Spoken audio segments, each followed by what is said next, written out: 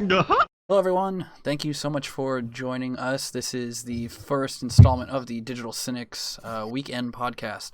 I'm Blake, and this is my buddy Brendan.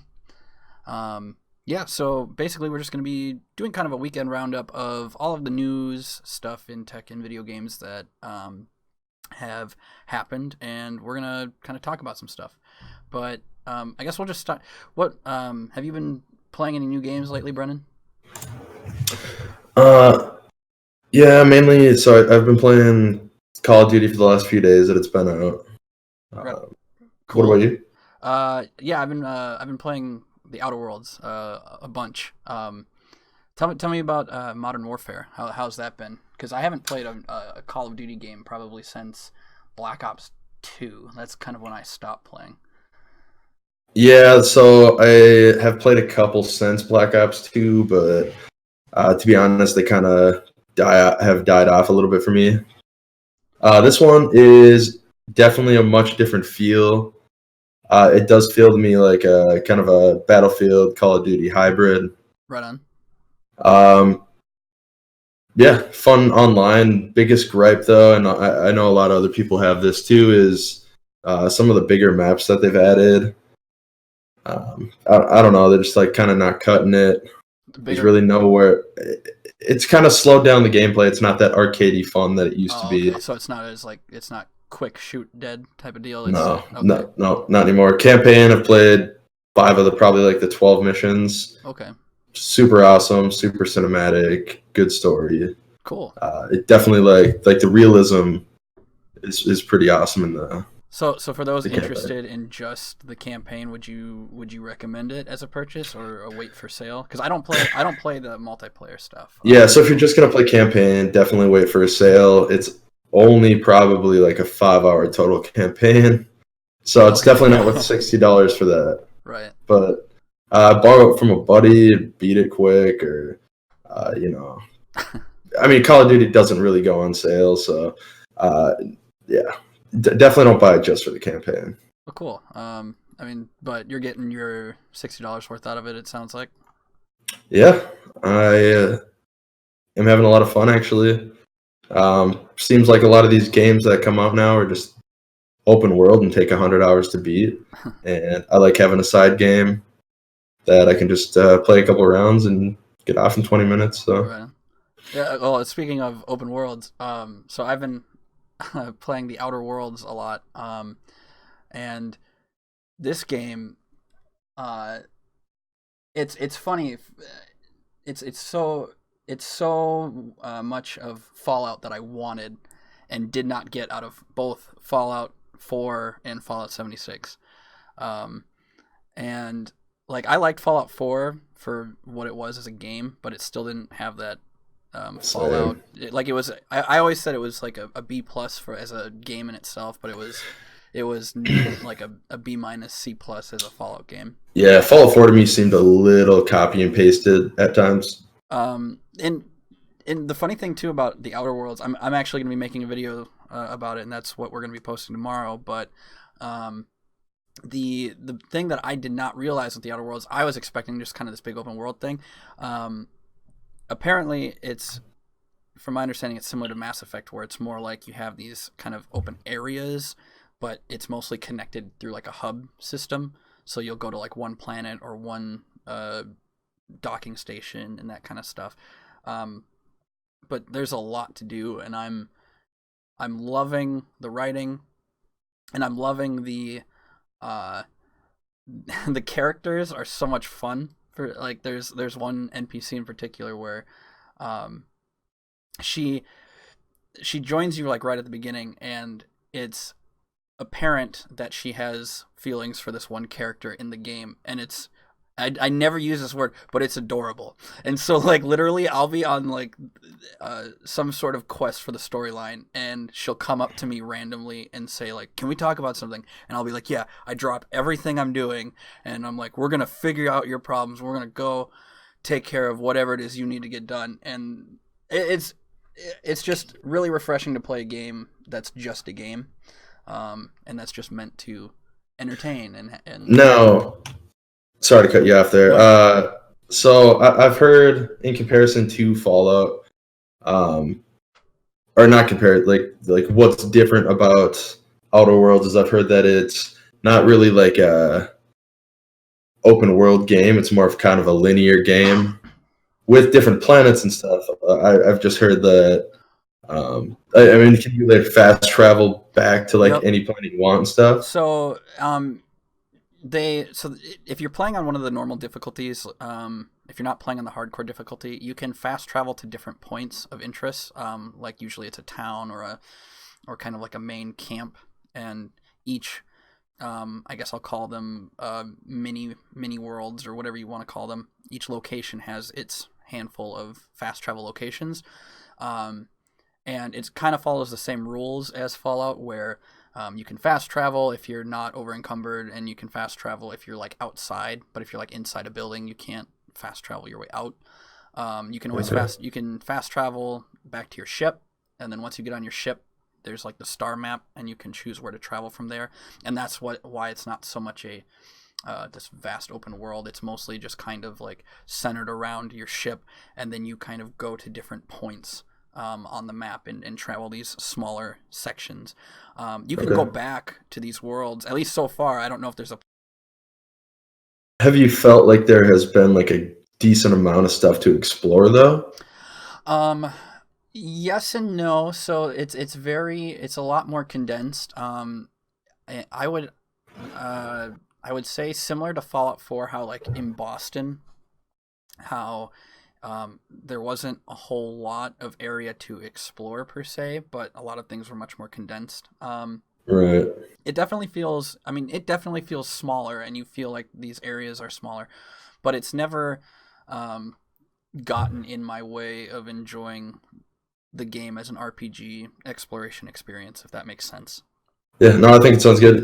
From what you described, it kind of almost sounds like it's got a little bit of No Man's Sky. It's yes, it's kind of like the love child of like Fallout New Vegas and Mass Effect and No Man's Sky, just kind of all blended together, and I'm enjoying it thoroughly so far. And one thing that I did take away too is, so with Borderlands, for example, Borderlands 3 especially, one of the big complaints that a lot of people kind of had was that the writing was kind of in your face and a little on the nose with its humor, I guess.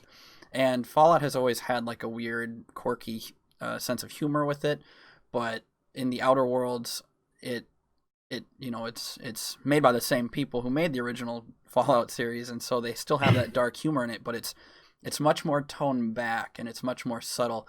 But there is I've each time I'm playing, I have laughed several times at different bits of dialogue or different weird scenarios, because it is like this weird dystopia, but it's also kind of like a reflection on our society in itself too. I'm thoroughly enjoying it, and Yeah, yeah, it sounds fun for sure. um yeah, let's get on to, I guess we'll get on to the first bit of news that's kind of been happening over the week. And speaking of Fallout and the Outer Worlds, Fallout 76. This is the game that keeps on giving in terms of just It's honestly memes like and it's train honestly wrecks. just like a reality show at this It point. is, and um, at this point, I just don't understand who is still paying for this stuff, because it's almost like I think it's like what's the fallacy, the zero cost fallacy or whatever. I don't know what. Basically, these people who have the game, they're like, okay, I paid $60 for this thing. I got it. Now the value is going to come out if I just buy this. Now I'm going to get my money's worth finally. Yeah, it's Um, unfortunate. it's really Poor sad. souls. Um, but yeah, so basically, for those who don't know, Fallout Bethesda with Fallout 76 um, recently just announced this new subscription plan called Fallout First, and it's $100 for a year. I believe it's $13 per month, and basically one of the big complaints, they basically took a lot of the big complaints that the community has been begging for and asking for these things to get put into the game. And the TLDR is that they took those requests and just bundled it into a subscription service. So the membership benefits on their site You got private worlds. Play in a private world exclusively for you and up to 7 of your friends. You get a scrap box, unlimited storage for crafting components in your own new scrap box container. You get a survival tent. You get 1,650 atoms per month. And you get a ranger armor outfit and a pack of icons and emotes. Sounds worth it to me. Now, the community was obviously not happy with this, and this in itself was already funny, just because it's so brazen and it's so like on the nose that they're just trying to milk this as much as they can. But probably arguably the two biggest things that people wanted from this game were private servers and the scrap box, because a lot of people were complaining about how much weight a lot of the junk was, and so it became a hassle in terms of grinding and collecting things. And first of all, with the private servers, people were quickly finding out once you did the private server, you didn't have any controls as to like who could and couldn't join. So people were finding like if you're one of those people who has a huge friend list of people, they could just join your session whenever they wanted to in your private server. So they couldn't like gate those people out. They couldn't just keep it to like them and 6 other friends.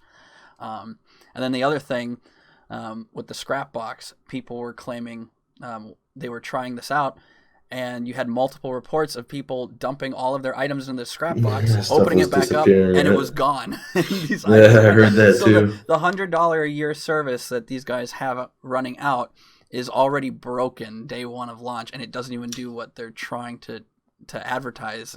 And it would be hilarious if it wasn't so sad. But also at the same point, I'm like, why are you trying to pay this kind of fee for this? I don't know. One of the other funny things that has come out of this too is that this guy realized that Bethesda didn't actually register Fallout First as a domain name. So this beautiful bastard opened up falloutfirst.com and basically copied the whole forum post thing, that the blog post that Bethesda made on their site. And for example, the top banner is Fallout F you first, and they wrote it in the same like vein as Bethesda writing to their community. But just to give you an example, private worlds. This community has been begging for the ability to play alone in private worlds since before the launch of Fallout 76, like what a Fallout game should be. And we begrudgingly announce that we are coming to the game with Fallout F you first. If you're a Fallout F you first slave, how you use your private world is completely up to you, as long as we allow it. Invite up to 7 of your non-existent friends at a time, 8 total people per private world, to join you while we screw you over with our pay-to-win system, or play completely solo. We know you like it that way anyway. All gameplay remains the same from adventure cuckold mode, and all characters entering the Fallout First private worlds must be existing characters. So this is beautiful, and I hope this stays open as long as it possibly can.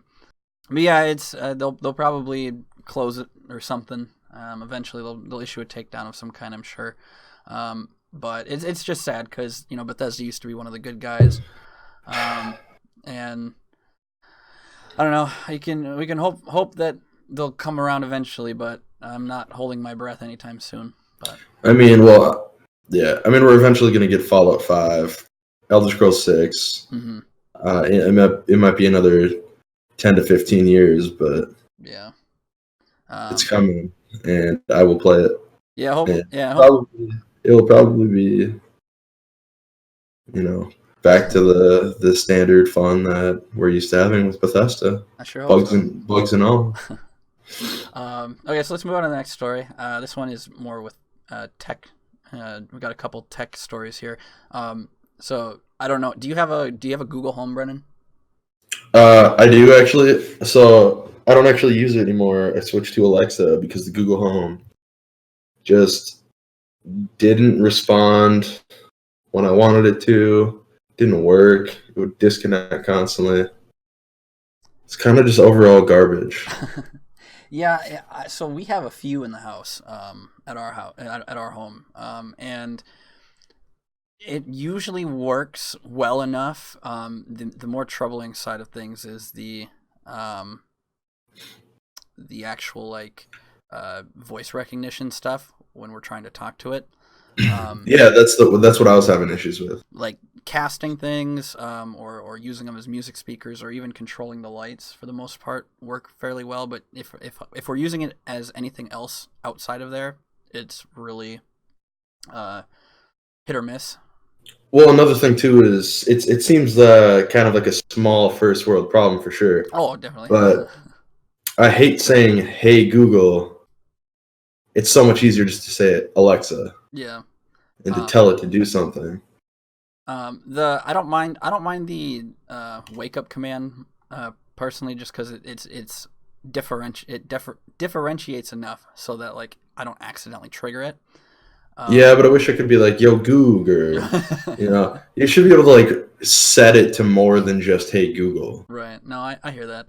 But yeah, this story, I guess Google recently uh, launched a firmware update for the Google Home Mini devices, and a ton of them got bricked, just like straight up wouldn't work.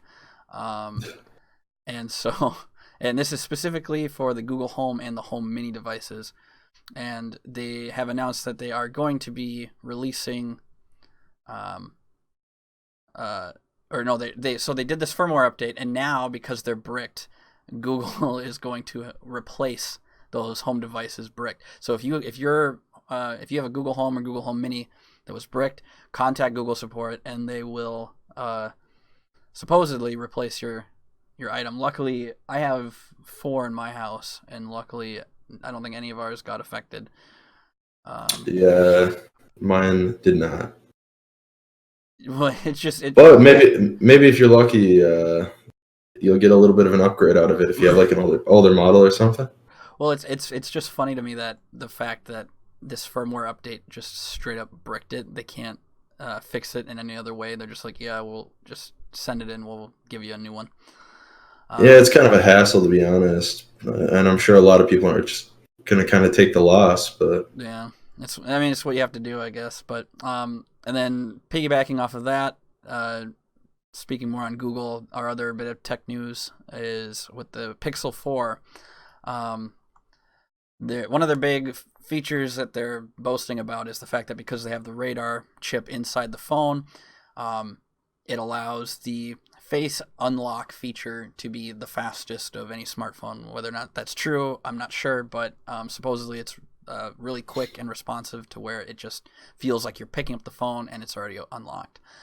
Yeah, so I'm not gonna lie. If, Face ID is obviously been around on Android for like a little while. Apple came out with it. I think Apple's works pretty seamlessly. I don't ever have to like. I never notice that it's unlocking. It pretty much already does what the Google Pixel is claiming to be doing. Right, and I think it's a little different because I think, well, Apple's it's Face ID, and I think they use kind of their sensors in combination with the camera. And Right. if I'm not mistaken, the iPhones have like a Retina scanner or something like that built in. Well, so from what I've heard, is it has like thousands of different points of your face that it actually scans. Okay. So basically, that's why it's adaptive as far as like if I was to like shave my head or if I had glasses or sunglasses, regular glasses, sunglasses on, if I grew a beard, if I had like a hat on, put up, whatever. It just has to see like a certain, it can recognize basically that it's you based on, I think it scans like your ears. Right, and so with Like all different points everywhere. right, and with on the Android side of things, I think it's a little different for the models that aren't the Pixel, because I think this is one of the ways that they try and sell their flagship device, with this new tech that they're shoving into the forehead of the bezel.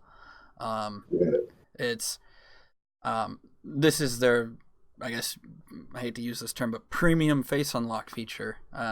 And well, the funny thing that people are finding out with this is that it works but it also works when your eyes are closed. So if if you're asleep and a crazy boyfriend, your girlfriend or boyfriend wants to check out your phone, they just need to hold the phone over your face, and it'll unlock. Apparently, they are working on an update for this in the next coming months. So I don't know how long it'll take for that to update, but it's pretty hilarious. I don't know how that got missed by the software team, because you kind of want to be able to not have that happen. Let's see, but that's a bit of that's the gist of the tech news that we have. The rest of the stuff is more gaming related. The dealing with the PlayStation 5. So there have been a couple leaks with the PlayStation 5. This first bit of news is dealing with the leaked design. And this is a kind of old news, but it's also news that I'm still seeing it all over. Yeah. This is news that is also kind of newly updated, and I'm mostly talking about this because it's been a little annoying to me. So for those of you who don't know, there was this image that appeared that people found that was a patent for a PlayStation 5 design, and if it kind of looks like this small little PC, and the main, I guess, focal point is this V shape in the middle where all the cooling vents are, and this is a dev kit. I'm just gonna say it's a dev kit. People were like, "Is this what the PS5 is gonna look like?" No, definitely for a main flagship console.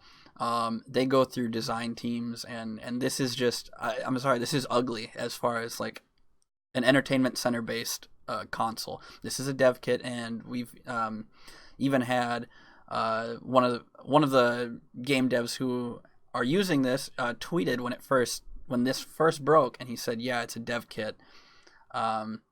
He then went silent on Twitter because I guess he wasn't even supposed to give that info out. But this is a dev kit, and now we got leaked photos of said dev kit. And if you look at the leaked photo, you'll be able to see like there are several USB ports in the front. And I mean, this thing, if you know your history of like dev kits, you will know that retail model. You look at the old dev kits of like the Xbox and the PS3, and they basically look very similar to this, very in PC based hardware. And then once they get the final design ready, they make it look a lot sleeker and something that you would not be embarrassed to necessarily have under. It is. It's definitely not a looker. So yeah, this the leaked pictures show an array of buttons, ports, lights, and what look like 5 USB ports, including 3 USB, 7 lights that may or may not indicate computing cores, and hard buttons for on and off. Can you behave by then? What the hell was that? My Austin's watching My 600-Pound Life.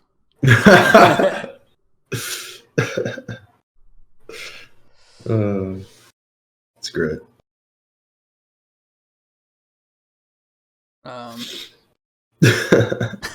Kind of threw you for a loop there. It did.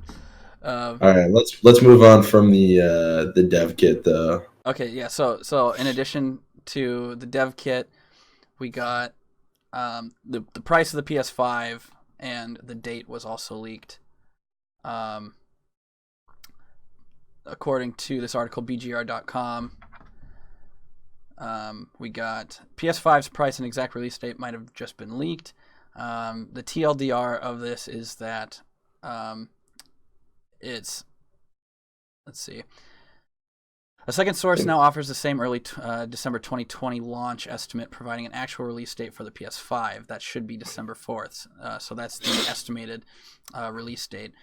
Although the listing has now been deleted. More interestingly, the shop that leaked this says the console will cost 499 euros, in the region, which converts to $550. However, as the article goes on, it says a simple conversion isn't enough to determine the U.S. price.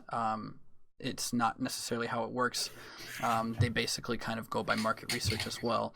So they're kind of estimating that it'll actually be more closer to $499 in the U.S. Yeah, I don't think that would actually do. Just for like companies in general don't price things at like $449 or $549. Well, it's always they need that $99 because $499. they want it to. They want the consumer to see like $400 and not $500. Not the $500, right? Right, and if this is the case, I don't know, man. Like, I don't know if I would, like, as a general consumer, that's a bit high for me. Like, I'm a PC gamer, so I'm used to spending a good amount of money for that, but I don't know what the general public, how they'll react to that price, because if you remember the PS3, one of the biggest things against it was $700 or something. Yeah, it was like, I mean, I don't remember the exact price off the top of my head. I'm pretty sure it was like $699. It was something crazy. It was at least $100 to $200 difference in price between the 360 and the PS3. And also, in fact, if you remember when the PS4 and the Xbox One were launching, in addition to all the issues that the DRM stuff had on Microsoft's reputation, they had like $100, I think it was like $499 for the Xbox One, because they had the bundled Kinect, and then after that they got rid of the Kinect and they said, okay, just the Xbox, and they nixed $100 off of it. Right. So I don't know. What are your thoughts on that price point? So it's kind of interesting because at $500, you could technically make like an entry level PC or purchase one even. But then again, like there has been spec leaks, and for how small an actual console typically is, you're actually getting a pretty nice bang for your buck as far as how powerful this little guy is actually going to be. Right. So, if the power's there and we're able to use, I don't know, the way I look at it is, okay, like if you drop $500 and you use it for 8 or 9 years, like suck it up. Well, and so that's kind of how I look at it. And it makes sense for the most part too, because like there's this. So when we jumped from the 360 to the Xbox One, or the PS3 to the PS4, it was kind of a micro leap.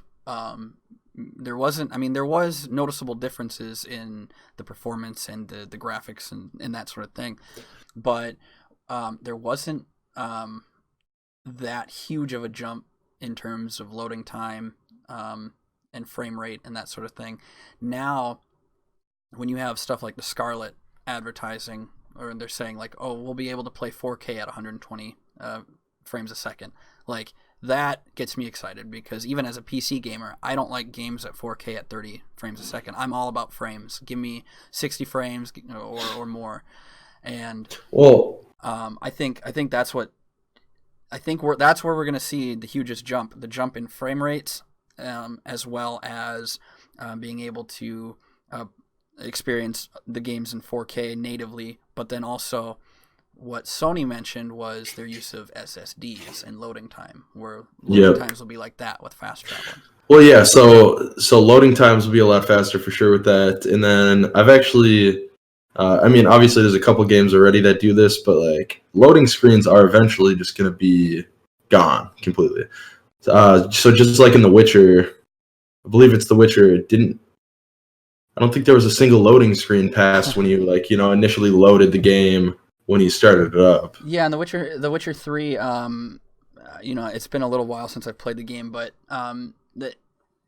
in that point,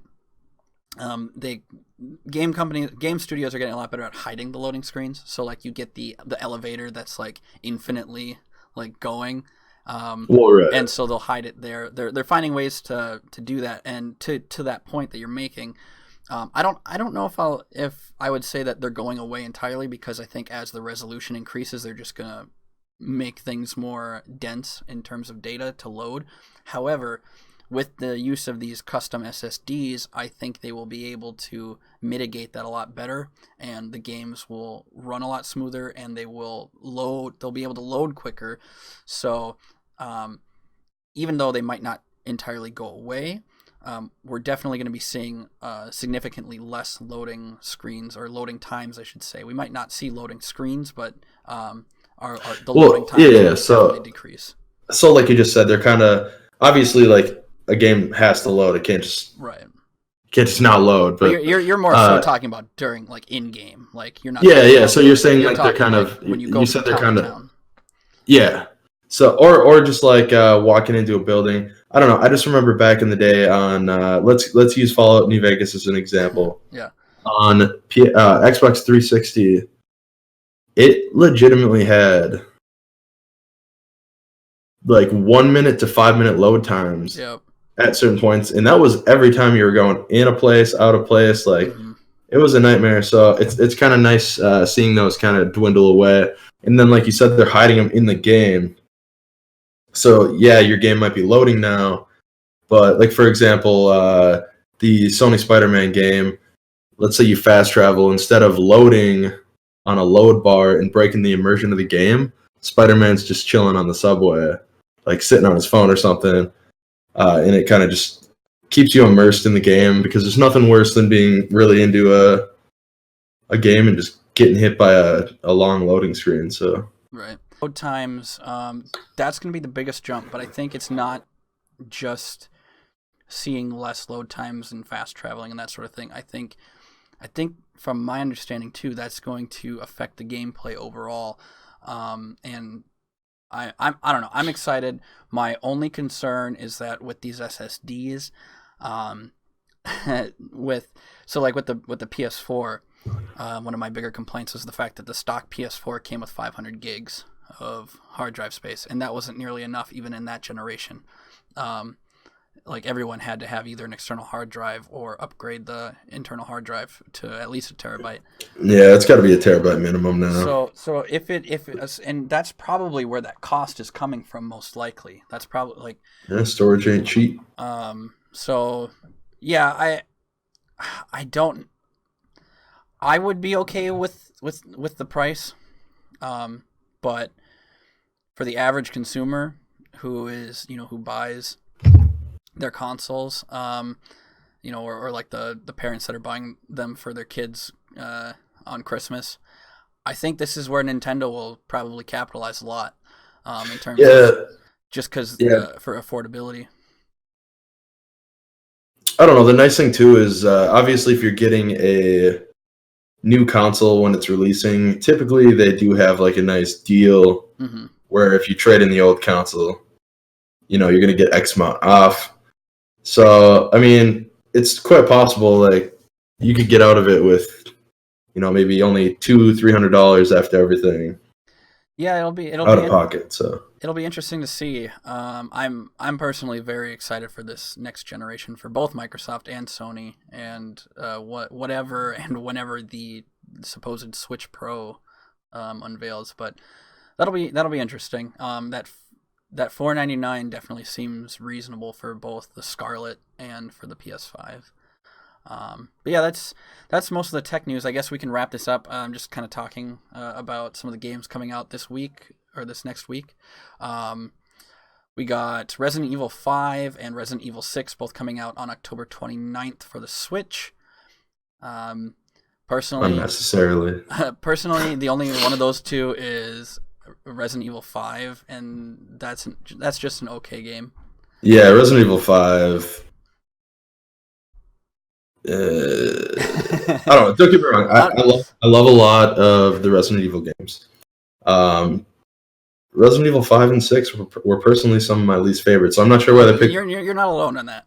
There's a reason why they focused on Resident Evil 4 first. To me, that's the only truly good Resident Evil game. 1 and 2 are good as well, but so I loved 7, and that could easily run on Switch.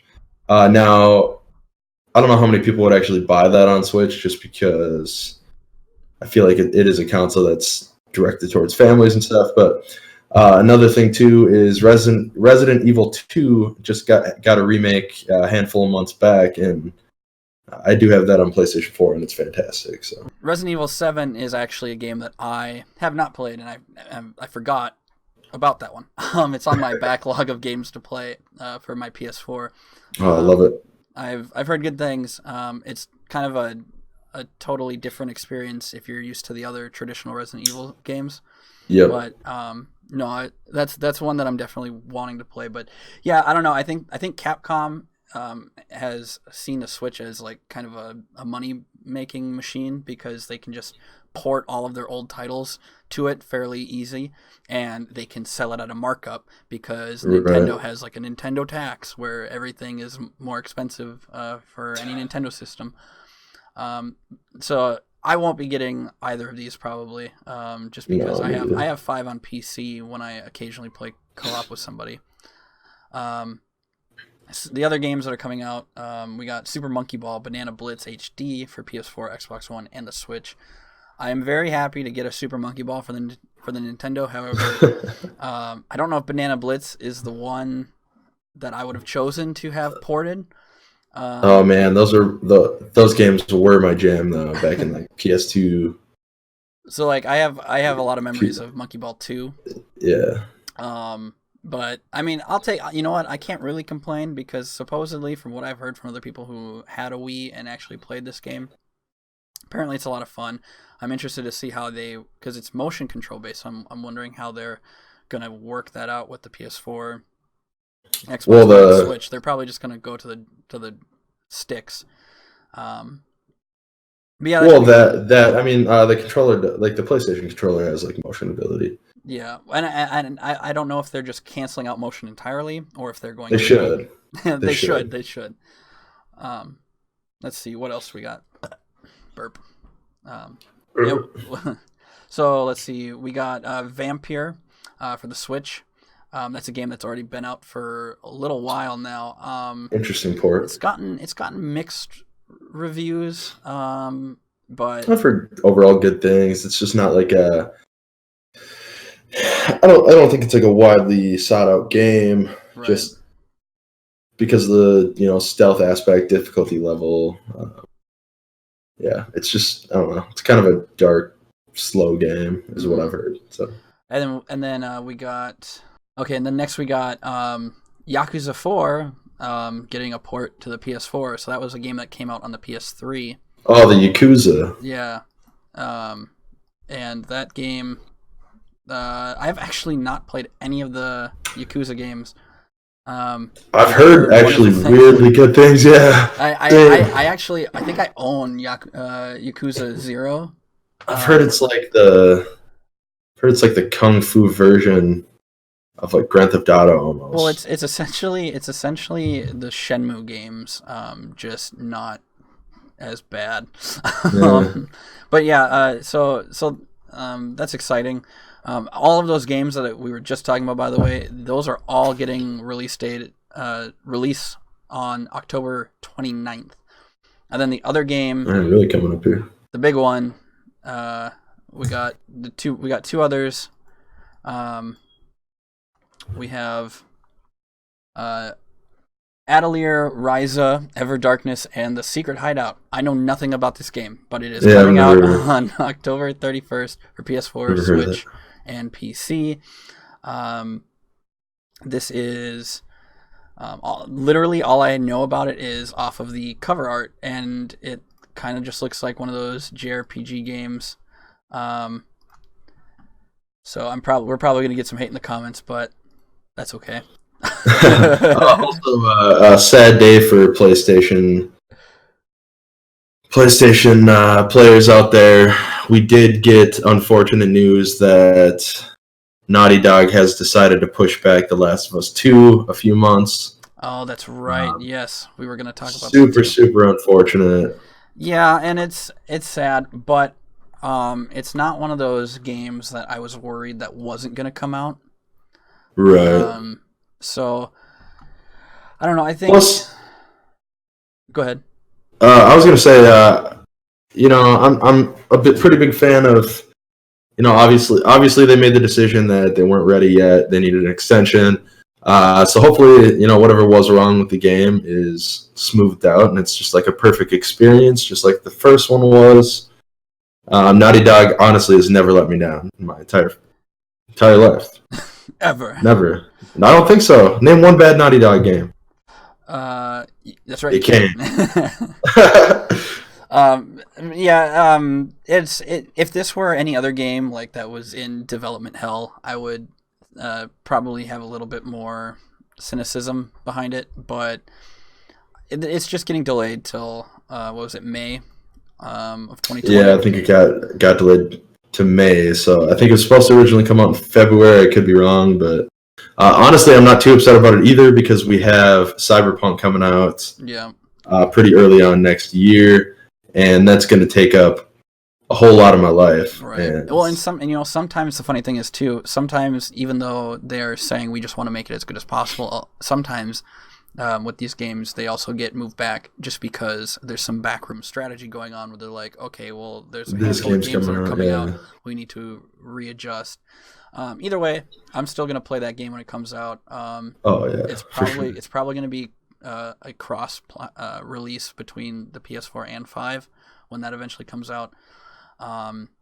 Just like the first Last of Us. And, I don't think it will be. The Last of Us was one of the last PS3 games for sure. Nice thing is the PS5 is going to be completely backwards compatible though, so like I don't think they're going to. That's a good point. They're not going to release these old games, not old, but like ones that released last gen, right? Right. Yeah, they're not going to re-release last gen games anymore because you're just going to be able to play it. Yeah. Okay. Yeah. So going back to the Atelier Ryza, it's basically just like a turn-based JRPG type game. That comes out October 31st. Then we got, for me, the big boy, Luigi's Mansion 3. I have never played the second one. I played a little bit of the first one. Very interesting game. Luigi's always been my favorite Nintendo character, and I'm very excited to see a full-fledged release for the Switch. The game looks very interesting, looks like a lot of fun, and that's out Halloween, October 31st. They're really pushing for that Halloween release date, which fits the theme. So, are there any games that you're looking out to be getting in the future, Brennan? Yeah, I'm going to have to double check. I could be wrong, but I believe we're still getting... what is it? Death Stranding. We're still getting that this year. Yeah. Really soon, actually, I think. The more that gets released about that game, the less I know about that game. I'm thoroughly confused on what that game actually is. It looks beautiful, and does it look fun? I don't know. Kojima is one of those enigmas where he himself is the enigma, and you just gotta kind of play the games and experience them for what they are. It looks like one of those games where, there's a category of games that I just like can't sit and watch myself, but like once I'm actually playing it, it's actually pretty fun. It looks pretty original though. You don't get that really anymore. Right. So no, and that's kind of what the PS4 has done so well, and that's kind of why I'm just like, I'm going to be getting this anyway.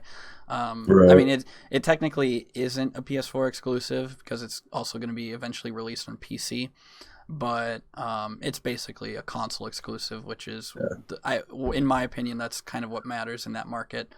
But it should be a lot of fun, and I think that's coming out in mid to late November.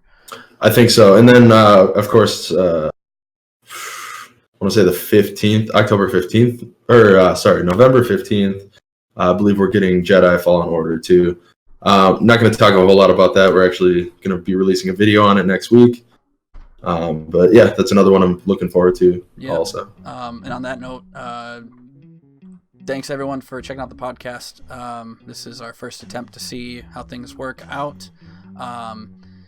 Let us know any of your inputs on any of the stuff we talked about down below in the comments, or tweet us at Digital Cynics. And stay tuned for tomorrow. Tomorrow I will be giving my first impressions on my the first 15 to 20 hours of gameplay on the Outer Worlds. Yes, I'm excited to see it. So thanks again all for watching, and for content regarding tech, gaming, and other nerdy things in between, be sure to subscribe to Digital Cynics. Have a good one. Peace.